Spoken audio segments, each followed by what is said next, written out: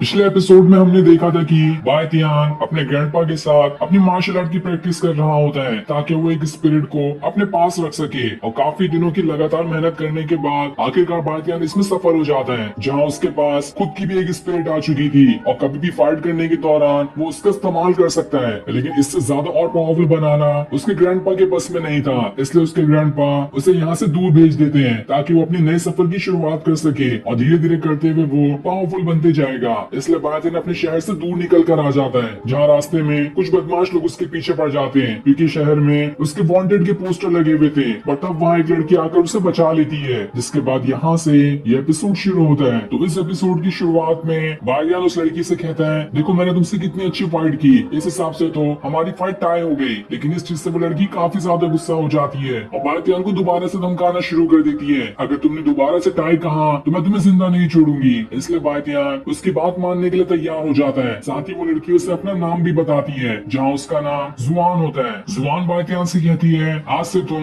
मेरे छोटे भाई हो, इसलिए जैसा मैं कहूंगी तुम्हें वैसा ही करना होगा। जहाँ जहाँ मैं तुम्हें चलने कहूंगी तुम्हें मेरे साथ चलना होगा और किसी भी मुसीबत में तुम्हें मेरी मदद करनी है। अगर तुमने इन सारे काम के लिए मना किया तो देख लेना मुझसे बुरा कोई भी नहीं होगा। जिसके बाद वो अपने चेहरे पे एक दूसरी लड़की का मास्क लगा लेती है। ये देखकर बायतियान एकदम हैरान रह जाता है। वो उससे कहता है, अरे तुम्हारे चेहरे को ये क्या हो गया, तुम्हारी तो शक्ल ही बिल्कुल बदल गई। तब जुआन उसे भी दूसरे आदमी का मास्क दे देती है और उससे कहती है, जल्दी से ये मास्क पहन लो क्योंकि हमें यहाँ से दूर जाना है। रास्ते में अगर तुम्हें कोई दूसरा इंसान ने देख लिया तो फिर से तुम्हें वांटेड समझकर तुम्हें पकड़ने पीछे पड़ जाएगा। इसलिए तुम्हें ये मास्क लगाना ही पड़ेगा ताकि तुम अपनी असली पहचान को छुपा सको, जिसके बाद तुम्हें कोई भी नहीं पहचान पाएगा और तुम बड़ी ही आसानी के साथ जहाँ चाहो वहाँ जा सकते हो। इसलिए बायतियान भी उस मास्क को पहनकर बिल्कुल अलग ही इंसान में बदल जाता है। वो तो बिल्कुल पहचान में ही नहीं आ रहा था। जिसके बाद जुआन उससे कहती है, हम दोनों अभी यहाँ से एक सीक्रेट जगह पर जाने वाले हैं, जहाँ पर कि मुझे खबर मिली है कि वहाँ पर बहुत सारा ट्रेजर है और उसे ही लेने में वहाँ पर जा रही हूँ। इस चीज में तुम्हें मेरी मदद करनी पड़ेगी। ये सुनकर बायतियान घबरा जाता है कि वो जगह तो बहुत ही खतरनाक दिखाई दे रही है, मुझे नहीं लगता कि वहाँ मेरा जाना ठीक होगा।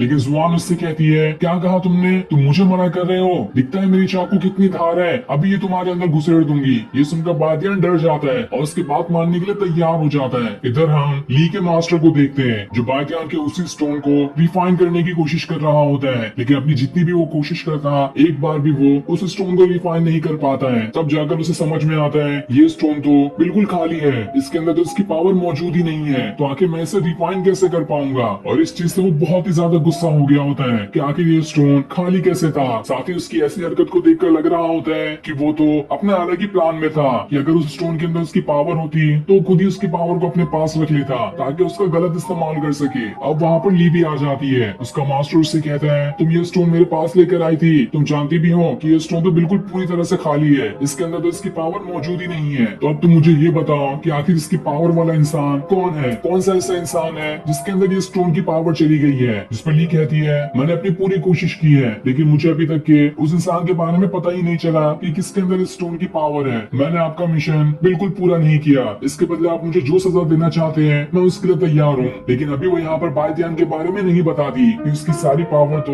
बायतियान के अंदर जा चुकी है, वरना अगर वो उसका नाम यहाँ पर बता देती तो हो सकता है बायतियान के लिए और ज्यादा खतरा हो जाता। इसलिए उसका मास्टर उसे वहाँ से जाने कह देता है ताकि वो और ज्यादा जानकारी निकाल सके। लेकिन उसे भी ली के ऊपर थोड़ा थोड़ा शक हो ही गया होता है कि ली यहाँ पर झूठ कह रही है। अब वहाँ पर यिंग आता है, जो काफी टाइम से बायतियान के बारे में ही जानकारी निकाल रहा था, और यिंग उसी डीमन लॉर्ड के साथ है, जो असल में उस यंग मास्टर की पावर को ही अपने पास रखना चाहता है ताकि उसकी पावर का इस्तेमाल करते हुए वो पहले से भी कई गुना ज्यादा ताकतवर बन जाए। इसलिए उसने यिंग को बायतियान की जानकारी निकालने के लिए भेजा था। इसके बाद यिंग ली के मास्टर के पास आता है और वो उन्हें सारी बात बता देता है कि असल में इस स्टोन की पावर बायतियान के पास है, क्योंकि ली का मास्टर भी यिंग का ही मास्टर है, दोनों इसी मास्टर के डिसाइपल हैं। और हो सकता है यहाँ पर यिंग और ये मास्टर मिलकर अलग ही प्लान बना रहे होंगे ताकि वो बायतियान की पावर को खुद में ही अपना सके, जिसके बाद वो उसकी पावर का इस्तेमाल करते हुए सारी जगह पे अपना राज कर सकते हैं। लेकिन इस बात से ली बिल्कुल भी अनजान है, उसे पता ही नहीं कि आखिर उसके मास्टर और उसका दूसरा वाला डिसाइपल यहाँ पर कौन सा खेल खेल रहे हैं। वहीं जब वो मास्टर इस बारे में जानता है कि उस स्टोन की पावर बायतियान के अंदर है, वो एकदम ज्यादा गुस्सा हो जाता है और वो यिंग से कहता है, तुम्हें कैसे भी करके बायतियान के बारे में और जानकारी निकालनी है ताकि जान सके कि आखिर उसके पास कितनी पावर मौजूद हो चुकी है और वो कितना अपनी पावर के ऊपर कंट्रोल कर सकता है। जिस पर यिंग मान जाता है। इधर बायतियान और जुआन एक बहुत ही पुराने और खंडर बने गाँव में आ जाते हैं, जहाँ के बारे में ही जुआन को खबर मिली थी कि इस जगह पर कोई ऐसी जगह छुपी हुई है जहाँ पर बहुत सारा खजाना है और उसी खजाने को लेने के लिए यहाँ पर जुआन आई है, लेकिन वो अकेले उस खजाने को नहीं ले सकती थी। इसने उसने बातियान को भी अपने साथ कर लिया और वो दोनों यहाँ पर आ गए होते हैं और यहाँ आने के बाद वो उस जगह को ढूंढने लगते हैं जिसकी मदद से वो उस मिस्टीरियस जगह पे जा सकते हैं जहाँ पर सारा खजाना रखा हुआ है। लेकिन वो जगह तो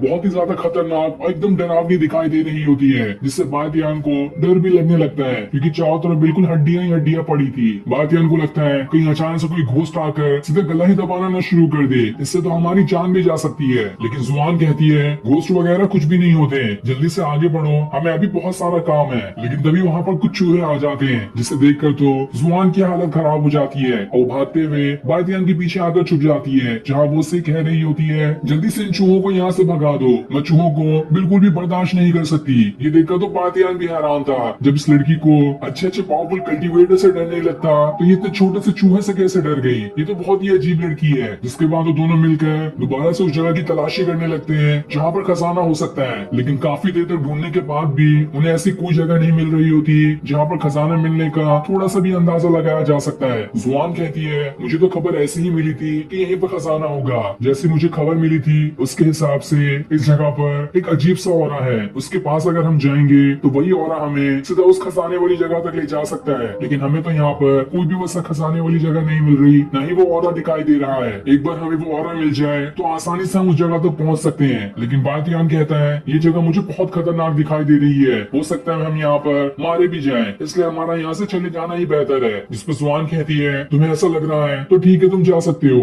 ये सुनकर बातियान खुश हो जाता है और अकेले ही वहाँ से जाने लगता है। जहाँ जाते हुए उससे ये कह रहा होता है अगर अब चूहे आए तो उनसे खुद ही निपट लेना। लेकिन ये सुनकर तो जुआन काफी ज्यादा डर जाती है और बातियान के पास आकर उसे मनाने की कोशिश करने लगती है कि क्या तुम एक बेचारी अबला नारी को ऐसे डरावनी जगह पर अकेले छोड़कर जा रहे हो, तुम्हारा दिल कैसे गवारा कर पाएगा इसे। तब ये सुनकर बातियान उससे कहता है तुम और अबला नारी, तुम तो एक हाथ से दो बड़े बड़े कल्टीवेटर को गिरा सकती हो और खुद को अबला नारी कह रही हो, ये तो बिल्कुल गलत बात है। तब जुआन बातियान को मस्का लगाना शुरू कर देती है ताकि वो यहाँ पर रुक सके, लेकिन बातियान तो अब भी इस चीज के लिए तैयार नहीं होता। वो काफी ज्यादा डर गया होता है कि यहाँ पर कभी भी कोई भी खतरा आ सकता है, इसलिए वो वहाँ से जाने में अपनी भलाई समझता है। लेकिन ये देखकर जुआन को काफी ज्यादा गुस्सा आ गया था और अब वो पूरे गुस्से के साथ बातियान की पिटाई करना शुरू कर देती है। जहाँ वो इतने प्यार से उसे मना रही थी तब तो बातियान बिल्कुल भी नहीं समझा और अब वो उसे मार मार कर समझा रही होती है, जिस वजह से मजबूरन अब बातियान को यहाँ पर रुकना ही पड़ता है। तब जुआन बातियान से कहती है जहाँ तक मैंने उन चूहों को देखा था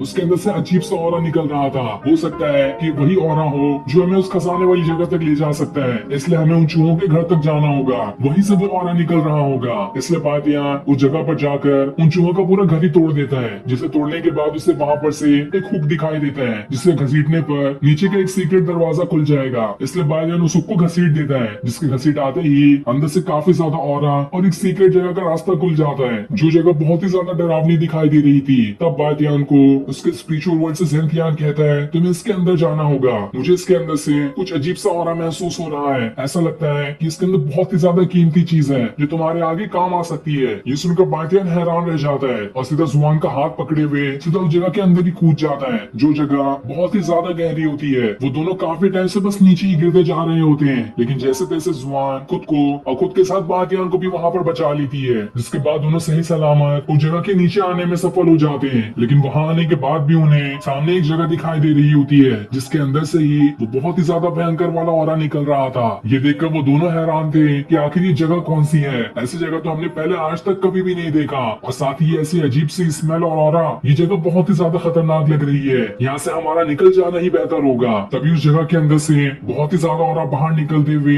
बातियान और जुआन के ऊपर अटैक करने वाला होता है, लेकिन वो जैसे तैसे अपनी पावर का इस्तेमाल करते हुए उस ऑरा वाले अटैक से बच जाते हैं। जिसके बाद बातियान वहाँ से अपने स्पिरिचुअल वर्ल्ड में आ जाता है और अपने सीनियर ज़ेनथियान से पूछता है आखिर आपको ऐसा क्या लग रहा था कि यहाँ पर कौन सी चीज हो सकती है जिसके बारे में आपने मुझे कहा कि मुझे यहाँ पर आना चाहिए। इस पर ज़ेनथियान कहता है मेरी मेमोरी तो मेरे पास है नहीं, इसलिए मुझे ठीक तरह से कुछ याद नहीं, लेकिन जितना मुझे समझ में आ रहा है ऐसा लगता है कि मुझसे ही रिलेटेड कोई चीज यहाँ पर छुपी हुई है, इसलिए मैंने तुम्हें यहाँ पर आने के लिए कहा ताकि तुम देख सको कि आखिर यहाँ पर वो क्या चीज छुपी है जो कि मुझसे रिलेटेड है। मुझे पूरी उम्मीद है कि वो चीज बहुत ही ज्यादा पावरफुल होगी और तुम्हारे आगे काम भी आएगी, इसलिए तुम्हें यहाँ से पीछे नहीं मुड़ना है, चाहे कितने भी खतरे क्यों ना आ जाए, तुम्हें उन सबका सामना करते हुए उस चीज को हासिल करना ही होगा। इस पर बातियान मान जाता है है और फिर वो वहाँ से अपने स्पिरिचुअल वर्ल्ड से बाहर निकल कर आ जाता है, जहाँ जुआन बायतियान से कहती है ये जगह मुझे खतरनाक दिख रही है, इसलिए जहाँ पर भी कदम रखोगे बिल्कुल सोच समझ के रखना। लेकिन वो उसे समझा रही होती है, उल्टा खुद ही वो एक जाल के ऊपर पैर रख देती है, जिसके ऊपर पैर रखते ही सामने से बहुत ही भयानक और कई सारे पत्थर से बने वॉरियर आने लगते हैं, जिनकी हाइट भी बहुत ज्यादा बड़ी बड़ी थी, और वो सभी आते हुए बायतियान और जुआन के ऊपर अटैक करने वाले होते हैं। लेकिन वो लोग भी कम नहीं थे, वहाँ पर एक बहुत ही भयानक ड्रैगन भी निकल कर आ जाता है, जो खुद भी बायतियान और जुआन को मारने के लिए वहाँ पर आया था, क्योंकि यहाँ पर आना किसी का भी अलाउड नहीं है। जो भी कीमती चीज यहाँ पर रखी हुई है ये सभी मिलकर उसे प्रोटेक्ट करते हैं, इसलिए वो यहाँ पर आने वाले को जिंदा नहीं छोड़ते। जिसके बाद अब वो स्टोन वॉरियर बायतियान और जुआन को मारने उनके पीछे पड़ जाते हैं, लेकिन वो दोनों अपनी बहादुरी का इस्तेमाल करते हुए उन स्टोन वॉरियर से फाइट करना शुरू कर देते हैं, जहाँ देखते ही देखते जुआन और बायतियान मिलकर काफी सारे स्टोन वॉरियर का वहाँ पर खेल खत्म कर देते हैं, और कुछ ही देर की फाइट में उन सारे के सारे स्टोन वॉरियर का खेल वहाँ पर खत्म हो जाता है। लेकिन अब बचा था वो ड्रैगन, जो कि इन स्टोन वॉरियर से भी कहीं गुना ज्यादा पावरफुल दिखाई दे रहा था, जो लगातार अपनी पावर का इस्तेमाल करते हुए बायतियान और जुआन के ऊपर अटैक किए जा रहा होता है, ताकि वो उन्हें यहाँ से आगे ना बढ़ने दे। लेकिन वो दोनों भी अपनी हिम्मत नहीं हारते और पूरी ताकत का इस्तेमाल करते हुए उसके ऊपर अटैक किए जा रहे होते हैं, जहाँ जुआन भी अपने एक बहुत ही भयानक और पावरफुल फॉर्मेशन का इस्तेमाल कर लेती है, लेकिन वो उस फॉर्मेशन से उस ड्रैगन को मार पाती ये हमें अभी नहीं बताया जाता, और फिर इस सीन दिखाते ही ये एपिसोड यहीं पर एंड हो जाता है। Thanks for watching.